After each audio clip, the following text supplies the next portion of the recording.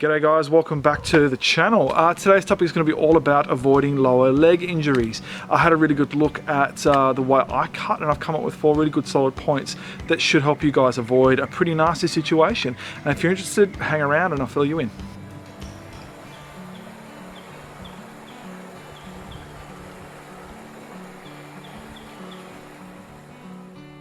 Okay guys, who was that serious guy in the last clip? Yeah, I know I did. I came across quite stern in that video because I just had a quick look at it then. And look, yeah guys, I do actually take safety with machetes really seriously. Actually, I take safety generally very serious. And I think it's not something that you know, people should be embarrassed about. Safety is a proactive choice. You actually got to go do some research and think about what you're doing before you do it. But if you haven't seen the first video, it's really, really important. And if I figured out how to use this software properly, there should be a little box somewhere here or here. Click it, it'll take you straight to the first video. Some really important information, and particularly the most important point about safety is yourself, and you need to stop and think about what you're doing. Today's topic is about lower leg injuries and how to avoid them. The 2 situations that I've heard of this occurring, it tends to be in low to the ground when you're clearing. It's also when you're standing and chopping.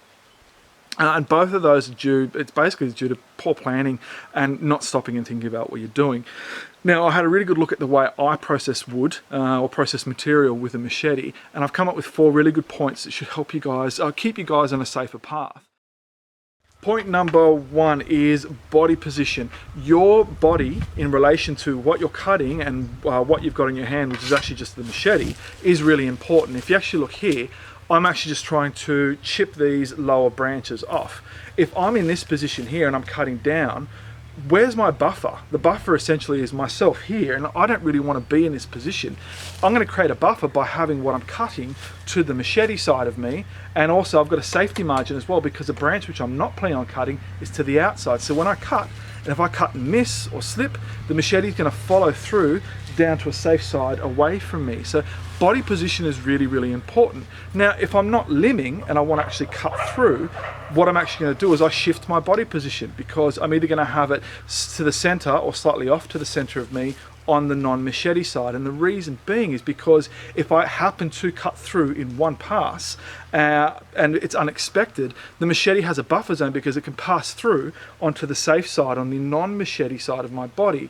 If I was in this position here and I cut through all the way through unexpectedly, my body becomes the buffer, and we actually don't want that. So body position is really important. If you think about it, always have a buffer between you and the edge. Okay, safety tip number 2 is have a safe stopping point. Even before you make the cut, you should already thought of in your mind, where do I want this machete to stop? And it needs to stop in a safe place. And if you watch my previous video, I talk about the rules of 45. I have a safety margin right out in front of me. It's 45 degrees out in a circle. If I can start the machete and stop the machete anywhere in that 45-degree arc, that to me is a safe stopping point. And I've also got a built-in safety buffer too, because my body is still fairly far away from that machete in any of those positions. So before you even make that first cut, think about where do you want the machete to stop. My favorite is always down here to the right, to the non-machete side. That's a really common one, but you can stop it down here to the side. You can stop it right down to the side here as well, to your non-machete side. I rarely ever see anyone cut in an up position, but obviously if you're going to cut in an up position here, it's in a safe position, 45 degrees out from your body. Always keep that in mind. One really important point that I always like to stress to people is that if you choose to stop your machete in this lower position down here to the right, or to the non-machete side of you, sorry, I'm left-handed, so for you guys it's down here. If you choose to stop it in this position, always be mindful that if you've got kids or dogs or other people, that tends to be the spot where they stop and watch. So I tend not to use that as a safe stopping spot if I've got other people around me. So that's point number 2.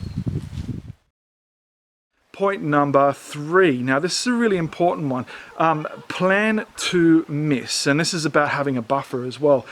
When you actually cut into something, you're cutting into something that's organic, it's alive.